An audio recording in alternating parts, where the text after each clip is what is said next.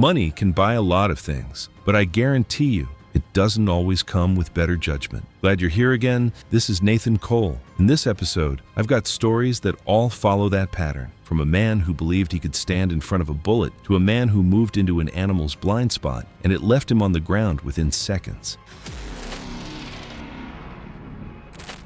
It was June 14th, 2016, in Plano, Texas. It was one of those quiet evenings where nothing really stands out. The air was still, the neighborhood calm, and most people had already settled in for the night. From the outside, there was nothing unusual about it, but inside one fenced backyard, a decision was about to be made that didn't need to happen at all. Patrick Tilden was 42 and had been financially independent since his mid-30s. He didn't come from money. He'd built it through a decade of disciplined investing, the kind that required patience, research, and a consistent belief that preparation outperformed luck. By the time most people his age were still climbing, Patrick had stepped off the ladder entirely. He worked from home, set his own hours, and spent the remaining space in his life acquiring things that met a standard he'd defined for himself. That standard was specific. Patrick didn't buy the best version of something because he enjoyed spending. He bought it because he believed, genuinely, structurally believed, that premium cost translated to premium performance. It was the same logic that had made him a good investor. You did the research, you paid for quality, and then you trusted the outcome. Cutting corners was for people who didn't know better. He did know better, and his bank account had proven it repeatedly. So when he became interested in personal security, he approached it the same way he approached everything else. Not emotionally, not out of fear, methodically. He read extensively. He compared specifications, reviewed testing standards, and eventually spent a significant amount on a ballistic vest from a manufacturer whose ratings he had cross-referenced across multiple sources. It wasn't an impulse.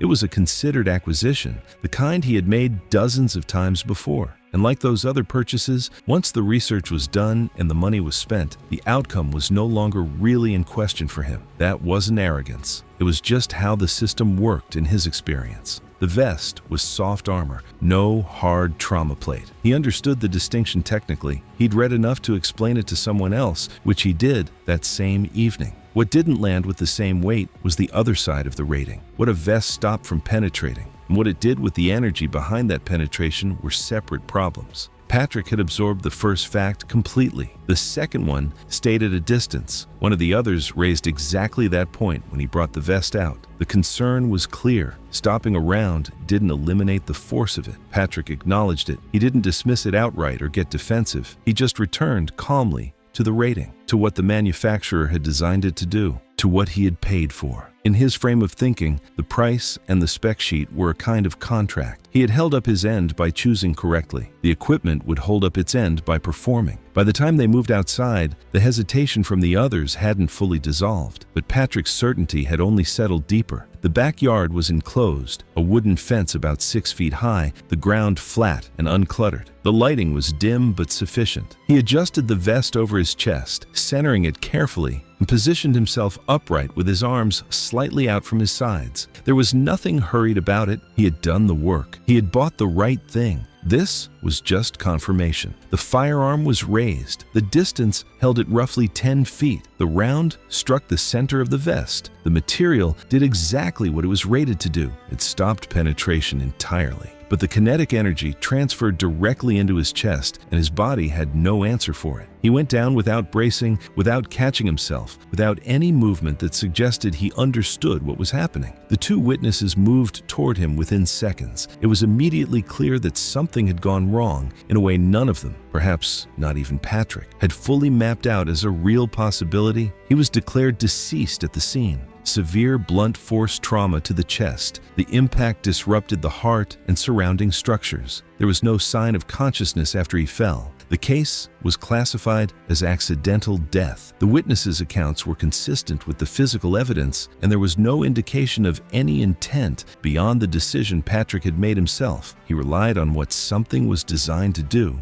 without accounting for what it still couldn't prevent. I came across the next case on a rural property where a new device in a 40-foot drop turned a simple ride into something irreversible. It was September 3rd, 2017, in Bend, Oregon. The property stretched out over a large private property just outside the main part of town. with dry ground, scattered brush, and narrow paths cutting through it. From a distance, it looked even and manageable, but certain sections dropped off sharply, where flat ground gave way to a steep descent with no barrier in place. Spencer Rhodes was 51 years old, and the kind of man who had spent most of his adult life being right about things. He had built a business from the ground up, run it for over 2 decades, and sold it at the right time for the right price. The property he now occupied wasn't just land, it was the physical version of that outcome. Hundreds of acres purchased outright, maintained on his terms, managed by people he paid and directed. Owning it completely was the point. That was what it represented. He spent most of his time outdoors, walking the grounds, checking on work in progress, developing an instinct for the layout. He had the resources to maintain the property without strain, and he took that seriously. Knowing the land wasn't just a habit for him, it was part of how he understood the purchase. He had bought it, so it was his to know. What that confidence didn't fully account for was the difference between knowing a place and knowing how to move through it. Most of what he understood about the property came from slow, deliberate walks, where changes in elevation were easy to notice and adjust to. Moving at speed across ground that shifted without warning was something he hadn't tested himself against. The area near the drop had already been pointed out to him. Earlier that week, a worker had taken him there directly. The way the soil softened near the slope, the elevation change that was hard to read until you were already on it. The workers avoided that side, unless a task required it. Spencer had listened and filed it away, but beneath that was a quiet assumption that the warning was calibrated for other people. Workers who weren't paying attention, people who didn't know the property the way he did. Being shown exactly where the dangerous section was felt to him like proof that he could judge his own proximity to it. Information didn't produce caution in him so much as it produced a sense of control. Later that afternoon, with 2 workers handling tasks nearby, Spencer took out the self-balancing scooter he kept on the property. It was a quality machine, responsive and well-built, and he'd used it on the main paths without issue.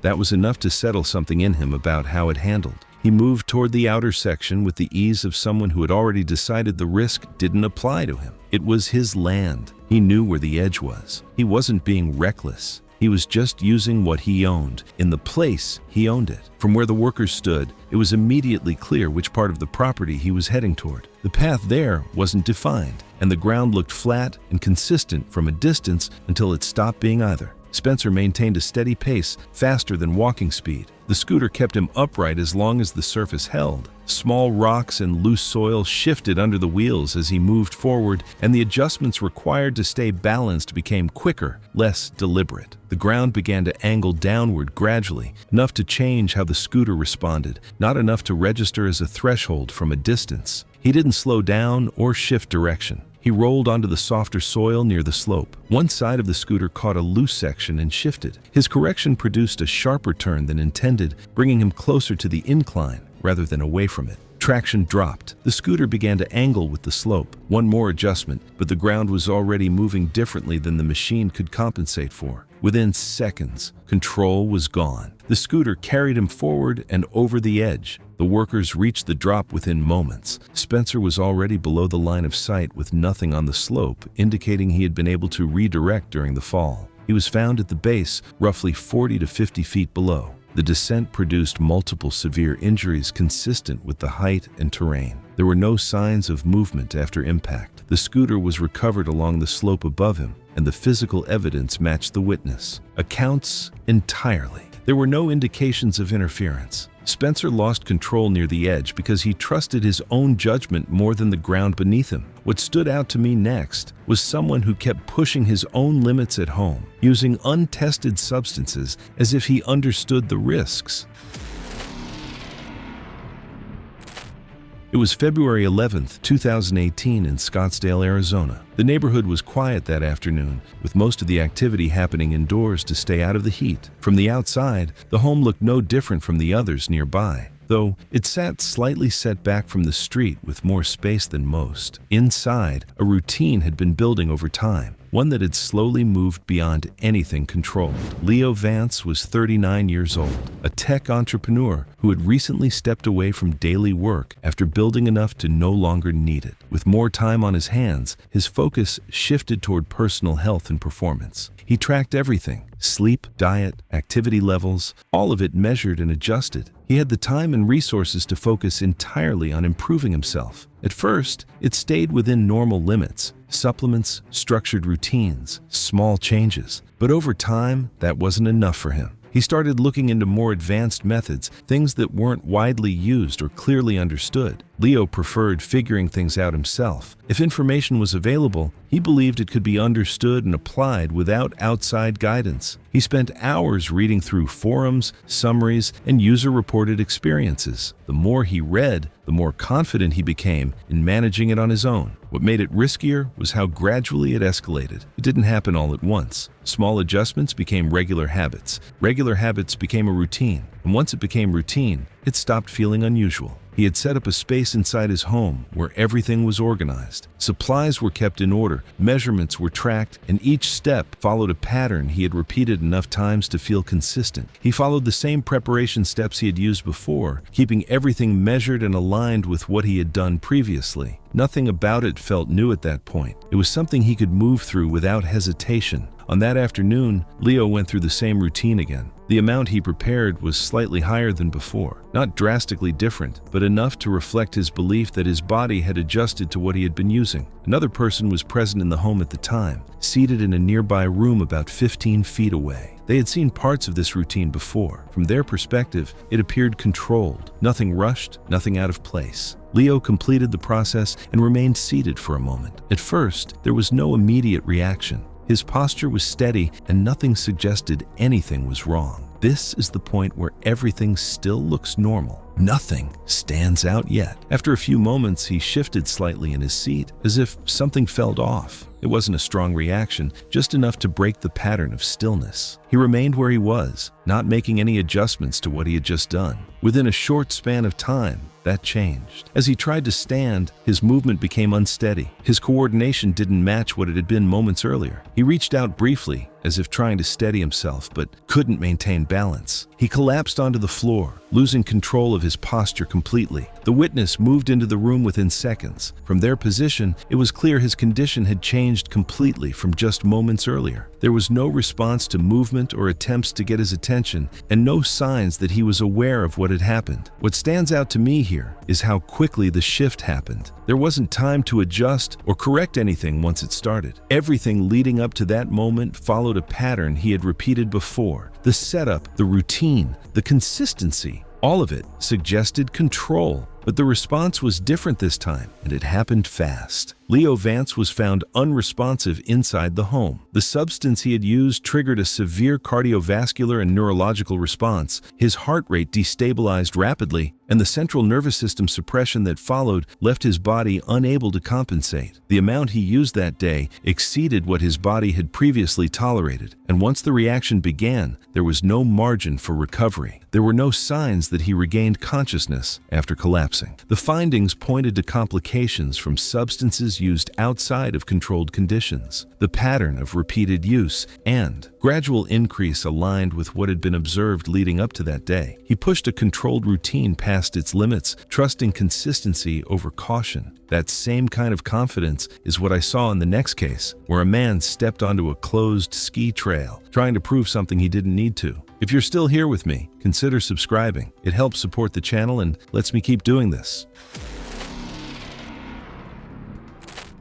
It was January 22nd, 2017 in Aspen, Colorado. The mountain was active that evening, with most of the open runs still in use and the lower areas beginning to quiet down as daylight faded. Higher up, sections of the slope had already been closed off, marked with poles and rope lines that clearly separated them from the open trails. The difference between what was maintained and what wasn't was easy to see, especially near the base. Travis Elmore was 45 years old, a finance professional who traveled frequently and spent much of his winters in resort towns like this. He was used to that environment, the pace, the structure, the familiarity of maintained runs. Skiing was something he had done for years, but almost entirely within areas that were actively managed. Groomed snow, marked boundaries, predictable surfaces. That was the version of the sport he knew, and it had never given him a reason to think carefully about what he was actually skiing on. Socially, Travis leaned competitive. Even casual remarks could turn into something he felt the need to respond to. It wasn't always obvious, but it showed in the way he reacted to being questioned or compared. He didn't like the idea of stepping back once something had been put in front of him. That evening, he had been inside a lodge near the base of the mountain for several hours. By the time he stepped outside, the conditions had shifted. Fewer people were on the slopes, and some areas that had been accessible earlier were now closed. Near one of the runs, a restricted section was clearly marked. Poles and rope lines stretched across the entry point, with visible indicators that the area beyond was not in use. The snow past that boundary was uneven and less compact, with no signs of recent maintenance. Travis approached that boundary without hesitation. Two individuals nearby noticed him move in that direction and watched as he got closer to the marked line. From where they stood, the closure was clear, and the difference in terrain was visible even before stepping past it. He didn't stop at the marker. He stepped over it and positioned himself at the top of the restricted slope. He began his descent slowly at first. The snow beneath him didn't respond the way maintained runs did. It shifted more, offered less consistency, and required tighter adjustments to stay balanced. Nothing about it matched what years of skiing on groomed surfaces had prepared him for. As he moved further down, the terrain became more uneven. Small changes in the surface affected how his skis tracked, and his speed started to build. What might have felt manageable at the start became harder to control with each adjustment. About 60 to 80 feet into the descent, his movement became unstable. One turn didn't align with the ground beneath him,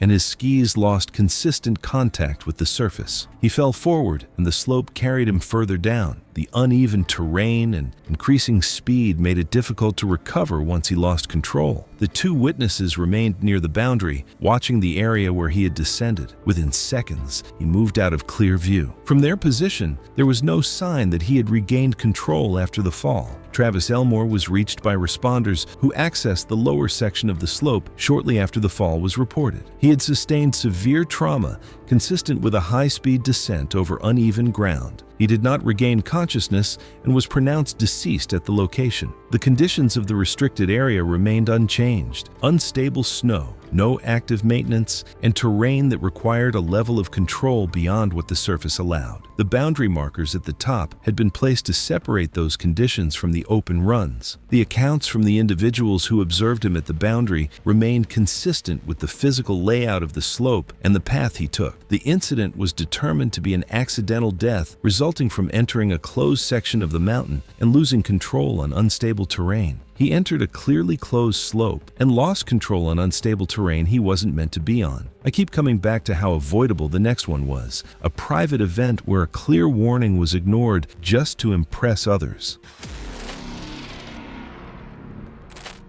It was May 6, 2015 in Lexington, Kentucky. The property was set up for a private evening event, with guests gathered across an open outdoor space near a fenced enclosure. The setting was controlled, organized, and designed for presentation. From the outside, everything appeared structured and calm, with lighting arranged across the grounds and seating positioned to face the enclosure. Philip Donnelly was 58 years old, a real estate developer who regularly hosted formal gatherings on his property. He was known for paying attention to detail and creating environments that left an impression. Events like this weren't unusual for him. He preferred settings where he could control the atmosphere and shape how things unfolded. That sense of authorship extended beyond logistics. He was the one who set the tone, and he was aware of it. He was comfortable moving between different parts of the property, often without assistance. While he didn't have much experience working directly with animals, he treated most areas as accessible, especially during events he organized himself. Being on his own property, in front of his own guests, carried a particular weight for him. Stepping back from something in that context wasn't how he operated. That evening, guests were positioned near a fenced horse enclosure as part of the viewing area. The animal inside remained calm, standing a short distance away from the barrier. The space was clearly defined, with enough room for observers to remain outside while still watching from a safe distance. Philip moved closer to that area, holding a drink, passing by others as he approached the fence. At first, he remained outside like everyone else, looking into the enclosure. A few people nearby were focused on the horse, while others watched Philip as he stepped closer than most. The attention wasn't lost on him. The gate itself was secured but not locked. It was intended for controlled access by those familiar with handling the animal. Philip reached it and opened it without hesitation. That moment didn't go unnoticed. Several people nearby reacted, shifting their attention directly to him. There were individuals present who were familiar with the horse, and from their position, they signaled for him to stay back and not enter. The concern wasn't vague. It was specific to the animal's behavior and how it could react to unexpected movement. Philip stepped inside anyway. Guests were watching. Stopping at the gate in front of everyone wasn't something he was inclined to do. Once in the enclosure, he began walking across the space toward the horse. The distance between them was roughly 15 to 20 feet. His pace was steady, and he didn't slow or change direction as he moved further in. From the outside, it was clear he was closing that distance faster than expected. The horse remained still at first, but its attention shifted as he moved closer. The warnings didn't stop once he entered. The same individuals continued signaling for him to keep his distance, especially as his angle of approach changed. Instead of approaching from the front where he could be seen clearly, he moved slightly to the side and behind the horse's line of sight. That detail matters. The horse could no longer track him directly. Its posture shifted. Small adjustments at first, a change in weight, a subtle repositioning of its stance. Philip continued forward, now within several feet. He didn't pause or give the animal space to adjust. The movement stayed direct, closing the final gap without hesitation. At that distance, the reaction was immediate. The horse kicked backward with force, extending its hind legs into him. The impact was direct and forceful, enough to knock him off balance instantly. Philip fell to the ground without attempting to break the fall. There was no movement suggesting recovery or awareness after the impact. Those nearby responded within seconds. Several people entered the enclosure and moved toward him, while others remained at the fence. He remained on the ground, unresponsive, with no visible movement. Philip Donnelly sustained severe blunt force trauma from the kick, with the force directed to his upper body. He did not regain consciousness after the impact and was pronounced deceased at the scene. The positioning of the horse, the distance, and the angle of approach remained consistent with what witnesses described. The animal's reaction aligned with being approached from a blind spot at close range, especially without gradual movement or spacing. The sequence of events showed a clear progression, entering a controlled enclosure, ignoring repeated warnings, and continuing forward into a position where the animal could not see him properly.